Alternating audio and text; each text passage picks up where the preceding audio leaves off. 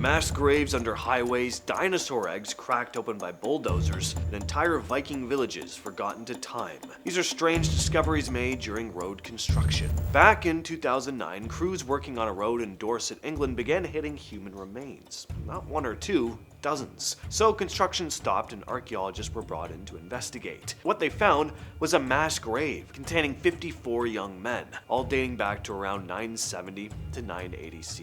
The bodies were arranged in a pit tightly packed with their heads separated and placed together. No signs that this had been a respectful burial. They were all crammed together for one, and they hadn't been buried with anything. At first, no one knew who they were or why they ended up there. Isotope testing on the teeth and bones later showed the men had grown up in Scandinavia, not England. Their diet matched regions like Denmark and southern Sweden, so it seemed like there was a very good chance these guys were Vikings. They were probably captured and executed. The location made sense too. There are historical records of Viking raids along England's southern coast during the exact time period the bones were dated to. Vikings didn't usually get buried like this. Their graves are normally individual and they do it ceremonially. Big anonymous pit basically never happens, and definitely not one that stays intact for over 1,000 years. Road construction just happened to cut right through it. Project got delayed while they dug everything up properly, and now it's considered one of the biggest Viking finds ever made in Britain. Back in 2015, construction crews were working on a new road in China's Guangdong province. They started noticing something strange in the dirt. First, it looked like a cluster of large rounded stones packed closely together, but the shapes were too uniform. When they started finding more and more of them, it became obvious that it wasn't just rock. What they'd stumbled on was a nest of fossilized dinosaur eggs. Paleontologists confirmed these things were millions of years old, dating back to the late Cretaceous period. Some of them were still remarkably intact, which is rare when you're dealing with fossils this old. A few were even found still arranged in a circular nesting pattern, exactly how the dinosaurs would have laid them. In 1931, construction crews working near US Route 59 outside Pelican Rapids, Minnesota, came across a nearly complete human skeleton buried in the soil. At first, workers assumed it was probably recent. They were very wrong though. The remains belonged to a teenage girl who lived around 6000 BCE, so she was about 8,000 years old. She became known as Minnesota Woman.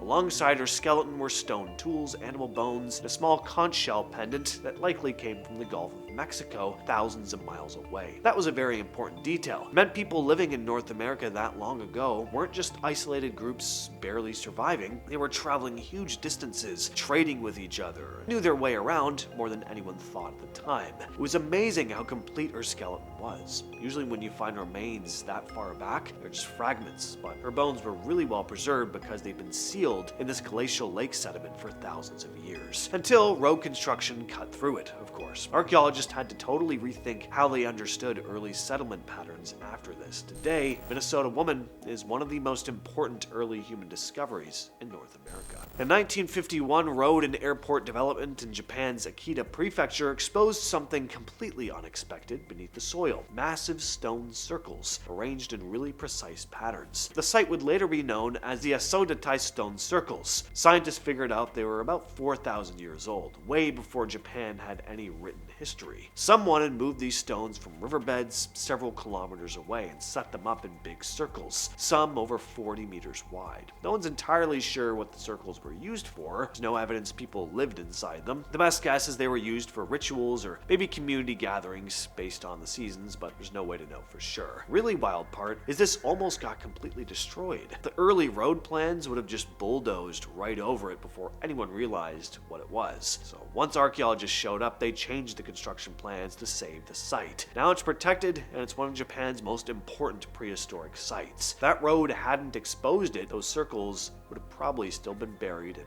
nobody would have even known they existed. England again, this time in 2023. They're upgrading the A47 in Norfolk when they find the remains of an entire medieval village that just vanished from history. Workers were widening the road when they started finding foundations, broken pottery, animal bones, household items scattered under the farmland next to the highway. Archaeologists dated it somewhere between 1100 and 1400. There were clear signs this was a real village. There were homes, places where they prepared their food, metal tools, tools, there were also pieces of musical instruments. Strange part is there's zero written record about why it disappeared. The most likely explanation is the Black Death in the mid-1300s, which killed so many people, whole villages just got emptied out and were never rebuilt. Eventually, they would have gotten erased from maps and everyone forgot about them. This road construction exposed all of this stuff that farmers had been plowing over for generations, totally oblivious to what was underneath. In 2003, road and housing development near Amesbury, Wiltshire, not far from Stonehenge, led to one of the strangest prehistoric discoveries ever made in Britain.